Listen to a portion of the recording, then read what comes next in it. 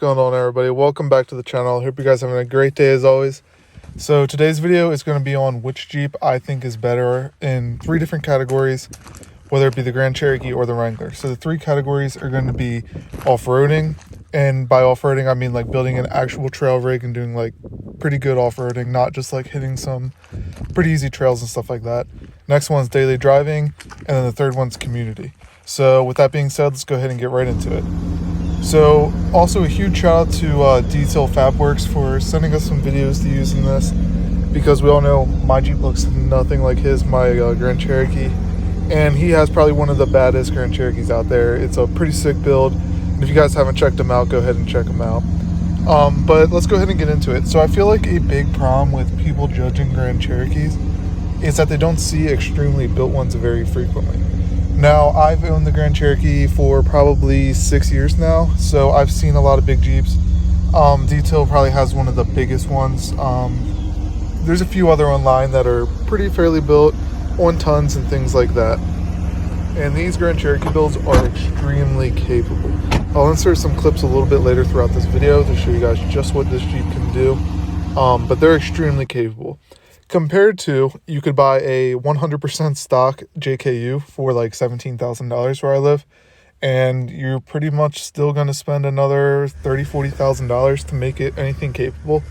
I did make a video on my specific Wrangler and the total price out and total cost that it took to build it to the point it's at in this video and what it sits at today. I will link that video down below in the description if you guys do want to check that out later.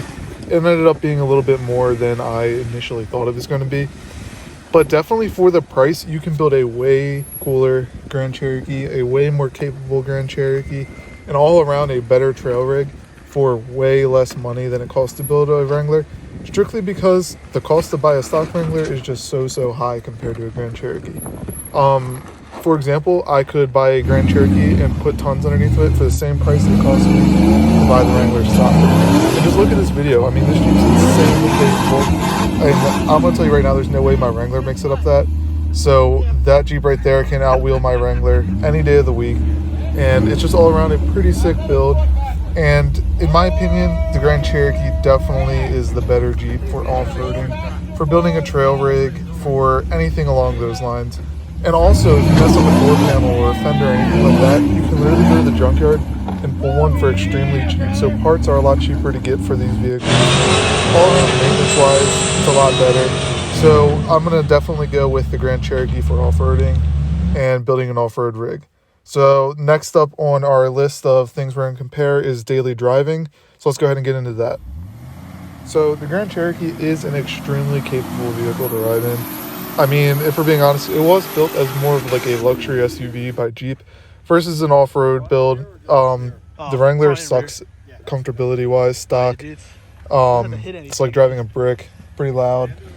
But there's nothing like taking the doors, taking the roof off, and just driving in the summer, or going to the beach with no doors and no roof. There's nothing like it. And for that reason, I'm definitely going to take the Wrangler on this one. The Wrangler is not nearly as comfortable, but in the summer, being able to take all the doors and roof off definitely just tops that one. So I do think the Wrangler's cooler. And another cool thing is the community around Wranglers. Everybody waves to each other and stuff like that, which not a huge deal, don't get me wrong there. I don't wave to some people, and I really only wave to built Jeeps, but it is a really cool thing about the Wrangler community. I remember when I took my Jeep for a test drive, that was one of the cool things when I was out for the test drive. Everybody in Wranglers was waving to me. I thought that was really cool because I was coming from a Grand Cherokee where like not many people really wave. I'm not really sure why that is, but yeah, I thought that was really cool. So for daily driving, I'm thinking Wrangler. Let me know down in the comments what you guys think. Would you rather have a Grand Cherokee or a Wrangler for daily driving? So we've got a tie right now, WJ for off-roading, and for daily driving, the JKU. So let's go ahead and get into community. So community is kind of a little bit of a weird thing with these Jeeps because there's 2 totally different communities, the Grand Cherokee community and the Wrangler community. Now, don't get me wrong, both are amazing communities. However, they don't really mesh together very well, and they're totally different when you're like talking to people in it and stuff like that. I've noticed the Grand Cherokee community is a lot more helpful when you have a lot of questions and stuff like that. Versus the Wrangler community online, there's not as much help there. There's a lot more like hate and everything like that, which I mean doesn't affect me personally. However, I do see that as a problem, and it kind of drives some people away from the community. But at the same time, if you're trying to be in the community, grow a name around your business or your brand or your Jeep, things like that, a Wrangler is really the way to go. For example, I had like 15,000 followers on Instagram when I only had the Grand Cherokee. When I got the Wrangler, it took like 2 years, and then I was at 105,000 now. But there's also a lot more companies that make parts for the Wrangler, so you can connect with them, collab with them, work together on some things. So in my opinion, I'm definitely going to go with the Wrangler for community. However, I also really do enjoy the Grand Cherokee community because everybody's super helpful for the most part. I mean, there's always going to be people that aren't. For the most part, though, they're always super, super helpful. And the community is kind of like a lot more personal, like people follow along with each other's builds and everything like that. I think that's partially because it's a smaller community and they're less frequently built. But it's really cool, like everybody knowing each other's builds, or like if someone asks a question and they don't know the answer, they'll tag someone that has a Jeep that has so-and-so's part and can answer the question for them. So I do really like the Grand Cherokee community as well. They're both extremely good communities, but for me, I would have to say Wrangler because I have built a brand around everything, and the Wranglers helped me a ton with that. So let's go ahead and break it down. So for off-roading, I'm going to 100% stick with the WJ. For daily driving, I'm going to 100% go with the JK/JKU. And for community, I'm probably going to go with JK and JKU. However, it is a little bit of a toss-up. It could go either way. Both communities are amazing. Let me know if you agree or disagree down in the comments below. Interested to see everybody's take on that and see what they think. And I'm going to promote this video to Grand Cherokee people and Wrangler people. So feel free to discuss it down in the comments. I'd like to see everybody's reasoning for why they choose whatever Jeep for whatever topic. It'd be really cool to read those and see. Now, I did want to give you guys a little update on both builds while we're here. And so with the Wrangler, waiting on a new ring and pinion to come in, set up bearings for the pinion. I need some new bearings all around. And then we'll go ahead and put the rear axle back together and get that all set up. With the Grand Cherokee, kind of just waiting for the weather to warm up. I need to spray the Raptor liner on, but for that it needs to be, I believe it's like 65 or 70 out, and it's been like 50s on a good day here. So I do have to wait for it to warm up here for that to be done. Rear storage, definitely going to start working on that again. It's getting a little bit warmer, so it'll be a little bit easier to do outside.